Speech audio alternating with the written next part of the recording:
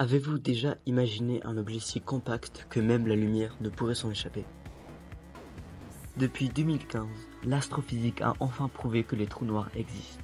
Pendant longtemps, de tels astres semblaient irréels. Ils étaient surtout des curiosités pour les mathématiciens ou des objets pour la science-fiction. Mais l'idée d'un objet capable d'aspirer la lumière ne date pas d'hier. Dès le XVIIIe siècle, certains scientifiques se posaient une question. Est-ce que la lumière subit-elle la gravitation comme les objets matériels? Si oui, alors un objet très massif pourrait retenir sa propre lumière.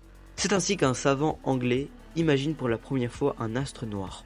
Cette vidéo vous expliquera les grandes étapes qui ont transformé cette idée mathématique en un véritable objet astrophysique.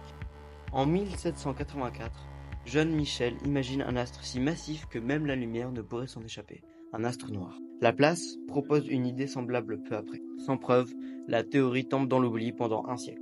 En 1915, Einstein révolutionne la physique avec sa théorie de la relativité générale, qui décrit la gravité non plus comme une force, mais comme une courbure de l'espace-temps. En 1916, Karl Schwarzschild découvre une solution des équations d'Einstein, décrivant l'extérieur d'un astre compact. Pour une masse donnée, si l'astre est plus petit qu'un certain rayon, sa lumière est piégée. Pour le Soleil, par exemple, ce rayon vaut 3 km, bien plus petit que son rayon de 700 000 km. Comme la solution ne vaut qu'à l'extérieur de l'étoile, personne ne s'en inquiète. Oppenheimer et Snyder. Ces deux physiciens montrent qu'une étoile massive peut s'effondrer sur elle-même, formant ce qu'on appellera plus tard un trou noir.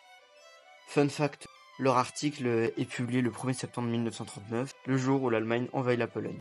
Ce qui fait que cet article fondateur reste ainsi inaperçu dans le contexte de la guerre.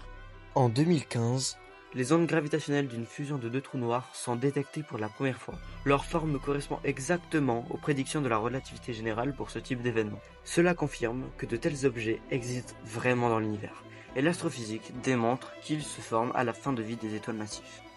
C'est une avancée historique. Pour la première fois, on a pu observer l'ombre d'un trou noir géant au centre de la galaxie M87. Ainsi, depuis 2015, on savait déjà que les trous noirs stellaires existaient. Mais cette image prouve qu'ils existent aussi une autre catégorie, les trous noirs supermassifs, qui se trouvent au centre de chaque galaxie. Alors, depuis quand soupçonne-t-on l'existence des trous noirs? Depuis plus de 2 siècles.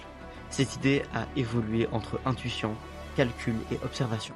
Au départ, ce n'était qu'une hypothèse audacieuse, basée sur la mécanique classique. Mais avec la théorie de la relativité générale, les trous noirs sont devenus une prédiction scientifique. Ironiquement, même Einstein, le père de cette théorie, n'y croyait pas vraiment au début. Aujourd'hui, les trous noirs ne sont plus des idées abstraites. Ils jouent un rôle essentiel dans l'univers. Ce sont des endroits extrêmes où se croisent la gravité, l'espace, le temps et même l'information. Ils montrent que ce qu'on ne voit pas peut pourtant avoir un grand impact sur ce qu'on observe. Étudier les trous noirs, c'est repousser les limites de la science et peut-être aussi celles de notre imagination. Cela soulève encore des questions importantes. Quel est le lien entre le trou noir central d'une galaxie et la galaxie elle-même? Lequel se forme en premier? Est-ce que les micro-trous noirs existent? Pour l'instant, nous n'avons pas encore toutes les réponses. Mais heureusement, nous avons les outils pour les étudier.